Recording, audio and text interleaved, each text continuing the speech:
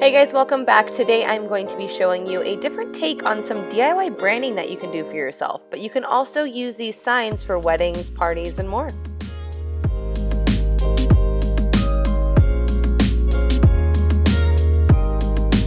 For this guy, you're going to have to get plywood cut to whatever shape you want your folding sign. I just wanted mine a little bit smaller and rectangular. You're going to need 4 pieces of wood for trim, a level, tracing paper, which I ordered online, a pencil, spray paint, chalkboard paint, or the painting kind, whatever you want, and then tape, obviously, because we're going to be painting.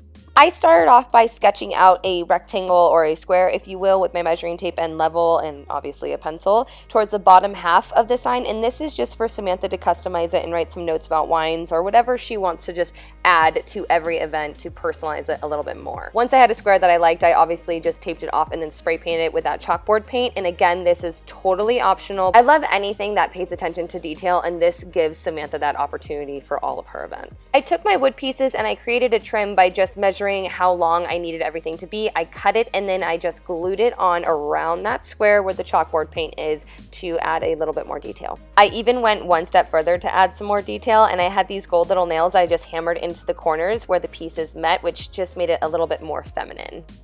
I don't know about you, but when I actually need good writing, I never seem to have it. So I just printed out some of her information on some printer paper and I cut it out so it all lined up, and then I taped it together to make sure that it was secure, because now we're gonna lay the tracing paper down right onto the wood, and then you're gonna place your printout of whatever you decided you wanna add right on top of the tracing paper.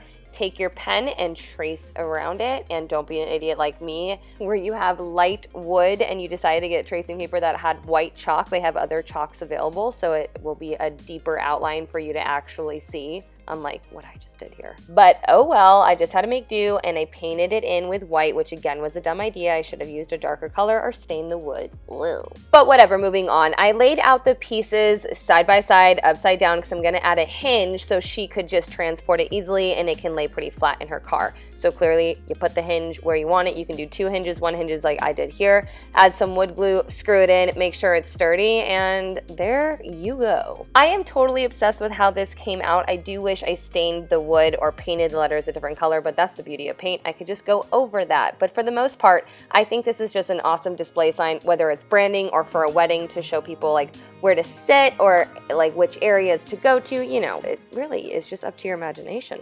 I then grabbed some chain link, jewelry tools, and little hooks, and I wanted to add some chains to the side. So I just opened up the hooks a little bit more so the chain could fit right onto it. Then I screwed those guys into the sides of where I wanted it at the height that I wanted it. Obviously, you're going to make the chain link as long as needed, because if you do it higher up on the sign, it's going to be shorter. If you do it towards the bottom, it's going to be longer. For a tabletop sign, you're going to need scissors, whatever design you want. If you're going to use some tracing paper, pencil, paintbrush, measuring tape, sanding paper, a saw. You can use a handsaw for this one. And then you're going to need a piece of wood that you want to put the design onto.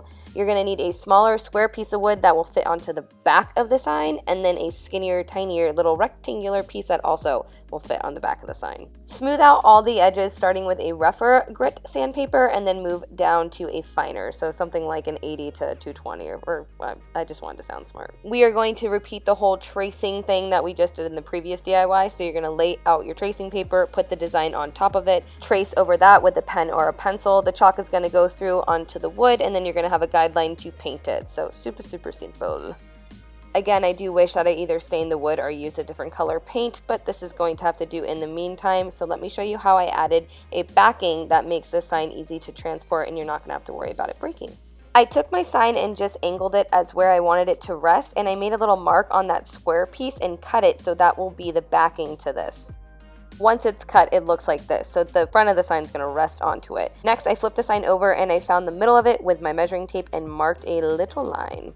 I'm taking that little tiny rectangle piece and I'm going to use that to make this slide right into it. So I traced that piece right on top of the little skinny rectangle piece and I cut that out so it will slide right in. These are all the parts you should have. You're going to flip your sign over, take that little slider piece and add some wood glue to it. And then what I did is I just added weight to each side to make sure that that doesn't like expand or get smaller when it's glued permanently. Again, this is all totally optional, but I just like this because Samantha's going to be traveling with this a lot and taking it out and putting it away, so she doesn't have to worry about breaking it because it's already going to be like a sliding piece versus a stagnant that can snap. I saw a new problem, that when you decide to put the piece away, it's going to be loose, so I literally took some magnets with sticky backs and I just added it to the sliding piece and then to the back of the sign. That way you don't have to worry about losing it.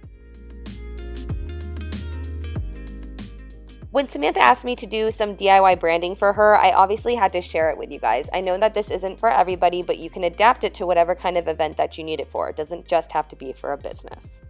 Don't forget to hit that subscribe button on your way out if you are not yet a subscriber, and go ahead and give this video a thumbs up if you liked it, I guess, right? Well, look out for a giveaway on Sunday. Okay, bye guys.